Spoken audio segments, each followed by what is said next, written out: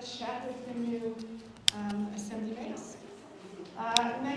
We've had a little shift. We're trying to follow the schedule that's in the booklet. We're shifting things. We're very adaptable here. So we're still waiting for one of our speakers to show. But I now want to introduce Sean Awadiri, who is Senior Karangaho with Manaki Whenua Land Care Research. And he's a theme leader at Māori Wellbeing, which is New Zealand's Māori Centre for Research Excellence. I've had the pleasure of working with Sean on a climate change panel, developing a climate change risk assessment framework several years ago. Anyway, Sean is going to talk about Māori Wellbeing economy and some other. He's been listening all morning, so he may have taken in some of the themes that have come up. But I'll leave it to Sean. Kia ora tātou, he iria hau, no te tai rāwhiti, mō Ngāti Porou. Grew up here in Gizzy. I live in Hamilton. Grew up on Tyndall Road, just down the road from the Gisborne Hotel. Back in the day, I used to do the old raffles just to buy school books and all that type of carry on. So I think I recognise a few faces that used to be former clients of mine from around those ways. So in this presentation, we're going to explore Ngāpai o te Mārapatangas, which is a Māori Centre of Research and Excellence. Our perspective on what a Māori economy is. And I think it's pretty important given that Te Tai Rāwhiti has a significant amount of whenua Māori, and a lot of that whenua is susceptible to erosion. So we've got to think a bit carefully around how do we actually change up our land use. So the presentation will talk about some of the core components or ingredients that can inform not an immediate switch over into an alternative land use, but a transition to a more of a well-being focused type of economy. So I start off with a critique of neoliberalism or market-based approaches, because that's the context that dominates our way of life. And then I present a Māori ethics and capitals analysis to identify the core ingredients that are required for a more well-being focused economy. So then I also identify some of the challenges in transitioning to that alternative economy. So the presentation is a mix of a history lesson, economics 101. I know it sounds kind of boring, so it might be good times to have a bit of a snooze there, Chris. Catch up on sleep. But I'll try and make it a bit interesting. So the dominant social paradigm or neoliberalism believes that we have a bountiful world for resource extraction. Economic growth and progress is paramount. Sounds familiar, eh? Abundance of resources are there to be exploited. We ought to have limited government interference, support private property rights, and business as usual, and so on and so on. And it hinders changes towards alternative economies. Where did it all come from? So within our economic history, it started with Rogernomics. I know a few of you are familiar with that. He was the former Minister of Finance back in 1984, Roger Douglas. And the origin of this whole whakaaro that we live in now is from the Chicago School of Economics from a dude called Milton Friedman. And we were actually a test case for neoliberalism. We were a test case for market-based economics. They didn't do it in the States because they knew how bad some of the policies were, but they tried it out first in Aotearoa. Based on the belief that the private sector is better at managing assets because of so-called inefficiencies on the part of local government and central government, and also because of the legacy of debt that was caused by investment into critical infrastructure back in the 70s. So some of us a bit long on the tooth remember Think Big.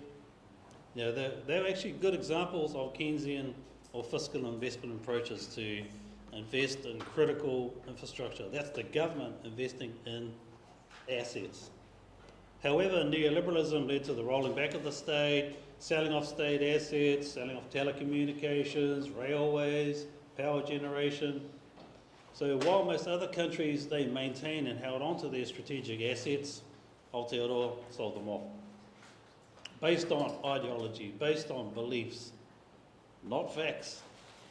And at the same time, got to remember, at the same time we had te tiriti claims. We had the Manukau claim, we had the Motunui claim, and they were all in response to some of the neoliberal reforms and also the environmental impacts and equity and justice. So all those issues that Jonathan raised early on.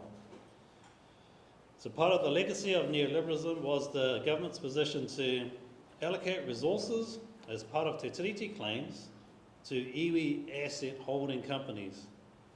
This is really important to think about because at the moment, if you think about where's our whenua, where are all our other fisheries assets and the like, they're not with iwi institutions, they're with iwi asset holding corporations. And the distinction is that they focus on maximising profit rather than socially focused outcomes or environmentally focused outcomes. So in thinking about transitioning to alternative forms of economy, we've got to deal with the heart of the issue and that our institutions are geared towards profit maximisation. So this whole whakaaro around neoliberalism and market-based approaches, it's not proven, it's not facts, but it's believed that you have to separate the revenue-generating activities from social activities to ensure that the asset-holding company can focus more on the profit maximisation and that the social aims don't interfere with the making of money. Of course, the belief is that some of that profit trickles down to whānau somehow. Once that $1 billion of assets is accumulated. Now the problem with that approach is that it does not consider the ethics or the justice that Jonathan raised earlier on, and importantly, it does not take into account externalities. This kaupapa called externalities, and I'll talk about that a bit more. Externalities are the external impacts that are not accounted for by businesses because the focus is on profit maximisation. That burger looks good, right? Or maybe guys are too full from lunch, so it's not appealing. But it does look good though, eh? You want to go down to McDonald's around now. That's where half the whānau is. I just went there for a walk downtown and everyone's down queued up outside McDonald's. So profit maximisation, if taken too far, profit maximisation leads to negative impacts on society and the environment. Now this is a kaupapa called market failure. So the focus on making profit only on the part of fast food businesses leads to negative health impacts on people. Therefore, there's a need for good regulation, good policy, and sometimes taxation. Yep, I said it. Taxation, that dirty word. Sometimes you need taxation to mitigate businesses' negative impacts on wider society. Businesses, they do not have permission to do whatever they want, contrary to popular opinion.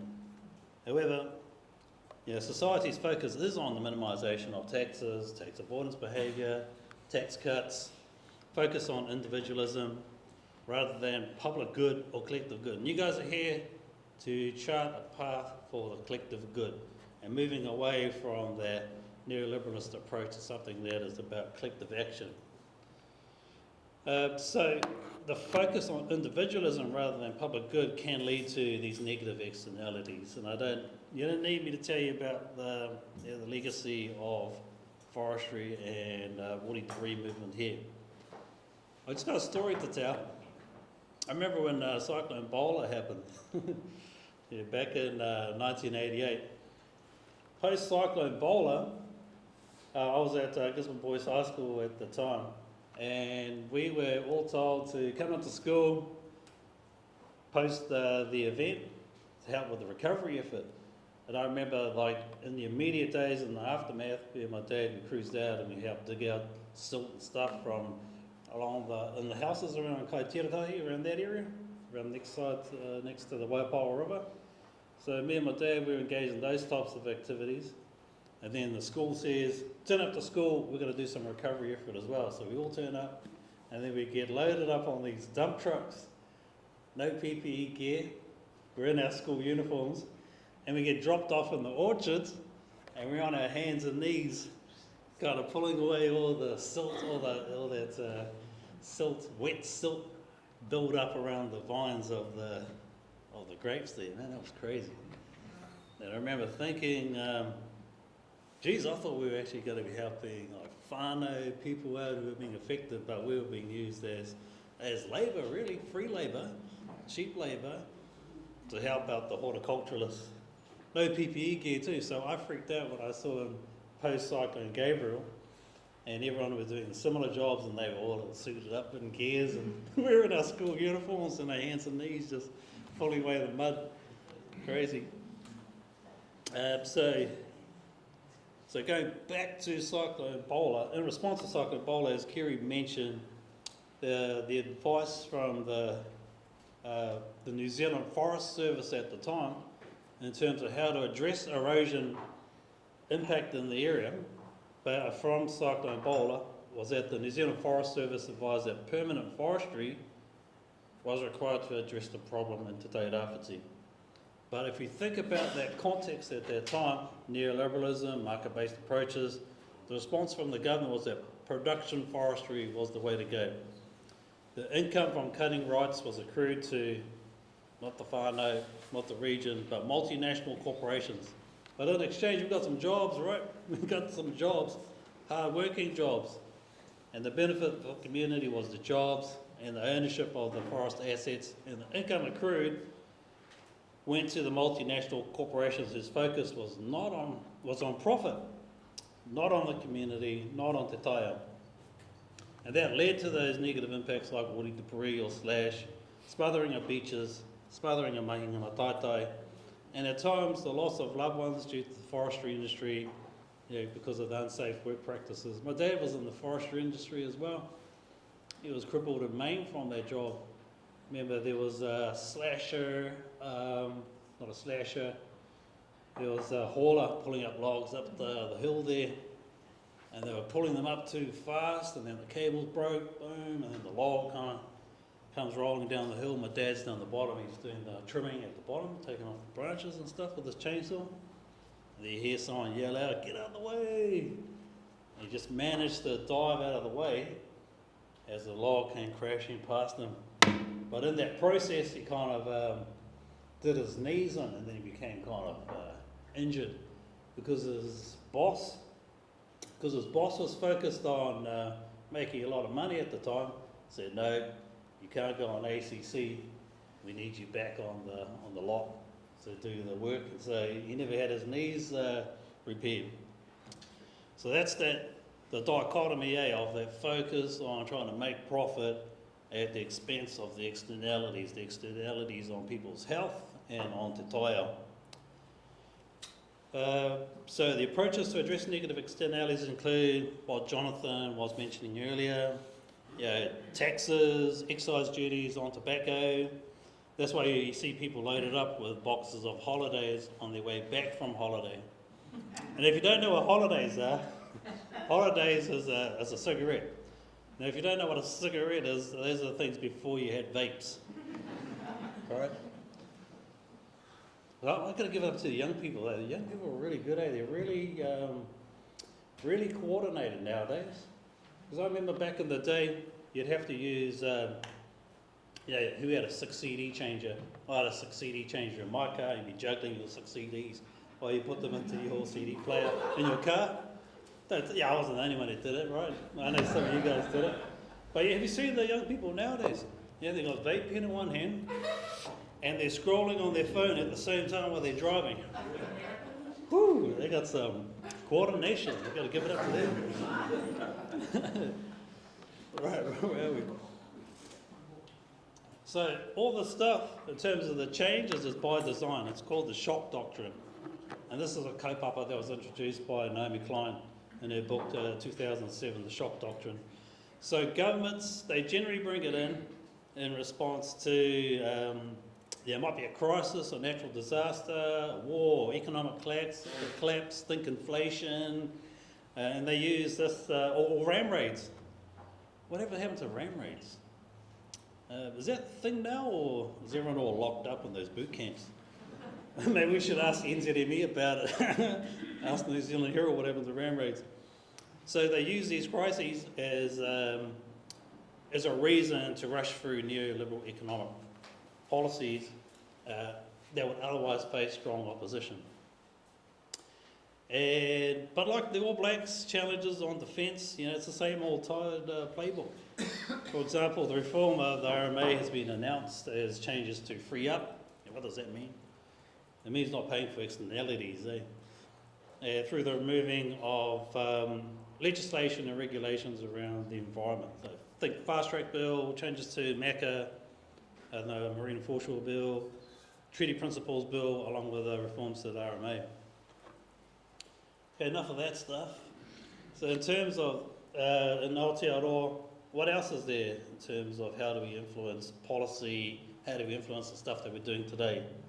So we do have a new environmental paradigm, and it views nature as a limited resource.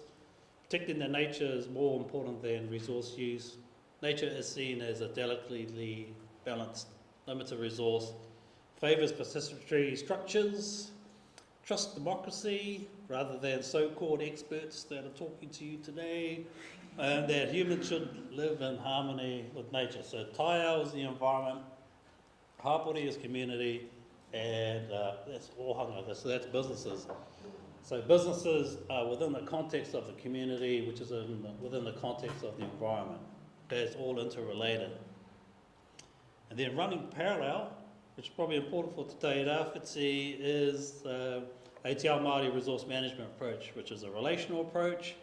Priority is given to outcomes of mutual benefit to kin groups and ecosystems. Extracting resources is all good if it builds intergenerational benefits. It sees ecology as social relations, not separate from people. So when Tasha was talking about where she gave her karakia before for kai, that was in reference to the atua, whose domain we extracted those resources from. And there's core principles like kaitiakitanga, sustainable resource management, whakapapa, connectedness, and manaakitanga, reciprocity. So in an idealistic world, Māori economy is based on the ethic of kaitiakitanga, and that entails the ethic of guardianship, which is the active care of both human and non-human communities. Okay. And so, despite some historical challenges, Māori have adapted their governance structures to align with their traditional practices, reinstating their focus on intergenerational wellbeing and a flourishing environment. So Māori have managed to thrive in the global economy, not in spite of, but because of the environmentally grounded approach. But this approach faces several challenges, mainly due to colonisation and the imposition of Western institutions on tikanga Māori or Māori ethics and values. So alongside some of the ethics and values that Jonathan presented earlier on, I think also important for you guys to think about is what are the ethics and values from a Te Ao Māori perspective that can inform this particular deliberative democracy approach. And this approach balances the need for economic growth with the Te Ao Māori responsibility of kaitiakitanga. Now that's going to be tricky. It's going to be tricky to address. Issues related to access to resources, economic empowerment, and participation in decision-making processes continue to be areas of concern. And overcoming these challenges requires a concerted effort to address historical injustices, restore tikanga, and ensure that Māori communities can fully participate and benefit from economic development while at the same time still maintaining those cultural values and environmental values. And incorporating tikanga into the organisational aspects is going to involve integrating those Māori principles. And this goes beyond merely just an acknowledgement on a web page that looks nice and pretty, extends to actively. Yeah, so what I hope this organisation does, or this process does, is that we actually, you guys actually identify what are some relevant tikanga, ethics and principles, and then think about how that actually might be applied in the decision-making processes that you are going to be addressing. And then, what is another issue of concern is that, overcoming some of those challenges of trying to get of incorporating tikanga into decision-making processes it will mean drawing from Māori wisdom and experiences. So it entails upholding kaitiakitanga and aligning with those deep-rooted connections to the tataiao, which is often the foundation of Māori ethics. As Tasha said, ko tataiao ko tataiao ko. There's a real intimate connection between whānau, hapu and iwi and those local ecosystems. So I think what we're starting to hear is that there's a real need to address the rebalancing of current land uses with what a future state might look like that thinks intergenerationally and also considers the benefits for the well-being of the wider environment and communities.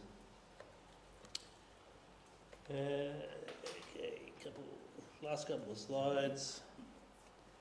So in terms of leadership, Māori leadership is going to be really important. It's deeply rooted in the concept of mana, which serves as a source of authority and power.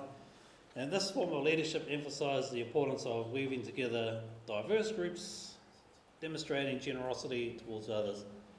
And it also embraces a consensus-based decision-making approach. Māori leadership reflects a commitment to collective well-being and sustainable livelihoods of the whānau. Quite a diverse contrast with neoliberalism, eh? The neoliberalism is all about the individual, but in this case it's all about sustainable livelihoods of whānau and the community.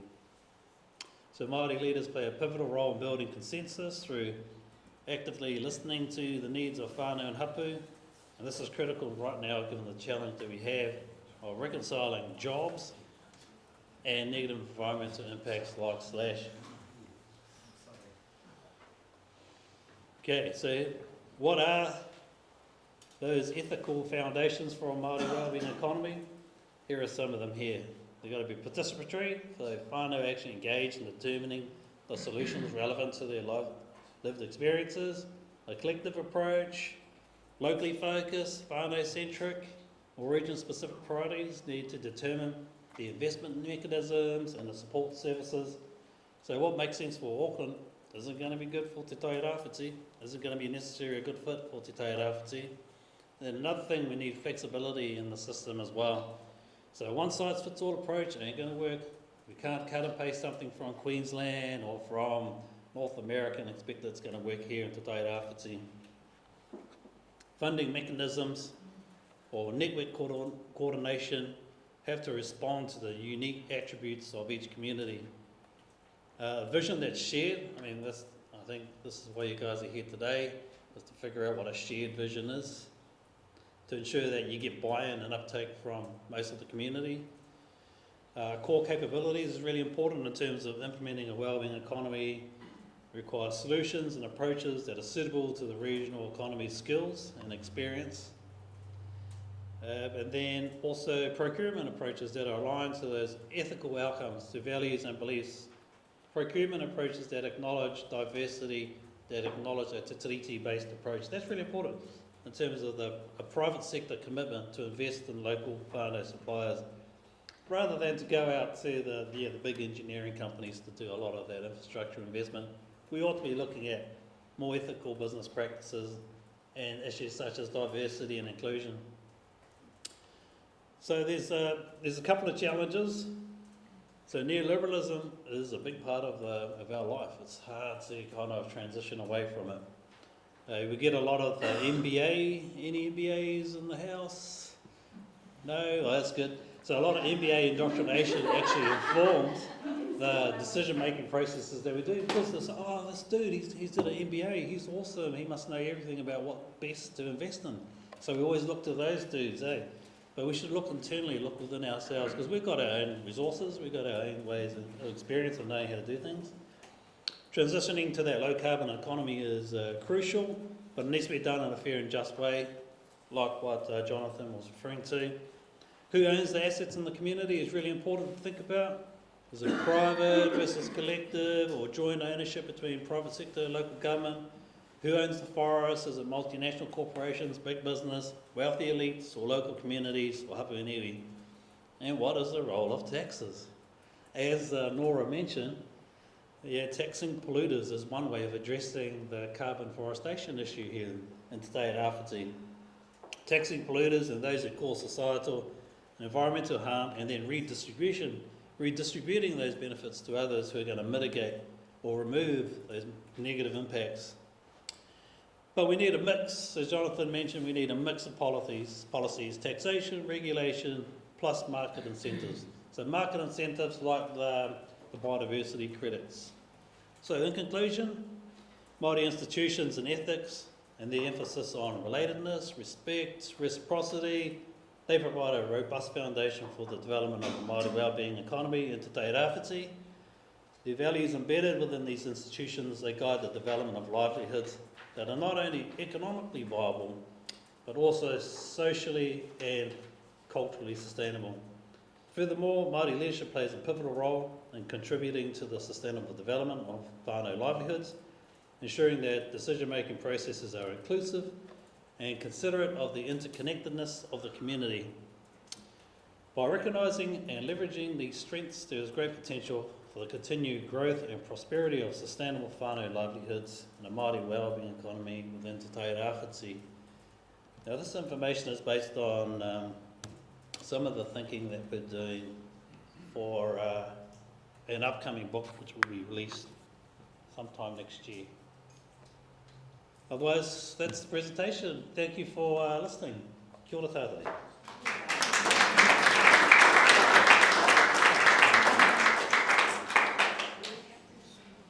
don't have any questions for us, Sean? Always get a bit FOMO or fear of missing out looking at that picture. Especially on a day like this. I've got a question for you, Sean. Yeah. Going back to one of your first slides, talking about maximizing profit. And you hear the story sometimes of businesses having to maximizing profit because otherwise someone else will maximize the profit and take over them, to buy them off. Yeah. At the same time, so I'd like you to comment on that thing. Is like a potential solution you see from your expertise on that system? Yeah. Yeah, you think about, like, there's a good example in the fishing industry where there was an open access type of system put in place. And open access means you don't need a license, or you don't need a property right to go out and fish those fish, but anyone could do it, and that resulted in the depletion of those resources. So you do have situations where you have a mix of good infrastructure, which is the values, the ethics, the regulatory system, the legislative system, that set the conditions for how a market operates. So things that we see in modern society, we do have rules and regulations. You can't just exploit anything and everything just because you can. There's actually some ethical obligations. So if you look at what the climate transfer, what's the name of the, in terms of the reporting that you have to do, the XRB, you have to take into account some of your carbon emissions if you're a larger financial institution. So there's these obligations that the industry is setting up around ethical behaviour. And there's also obligations that society have towards how people operate. So if you think about the forestry companies here in Te Rāwhiti, some concerned citizens believe that you need to work a bit more ethically to be part of the Forest Stewardship Council, live up to some standards, and you can't go and just kind of maximise profit. So there are some safeguards in place, I think, and this particular process is one of those where the region is setting the conditions for what is acceptable behaviour if you want to do business in Te Rāwhiti.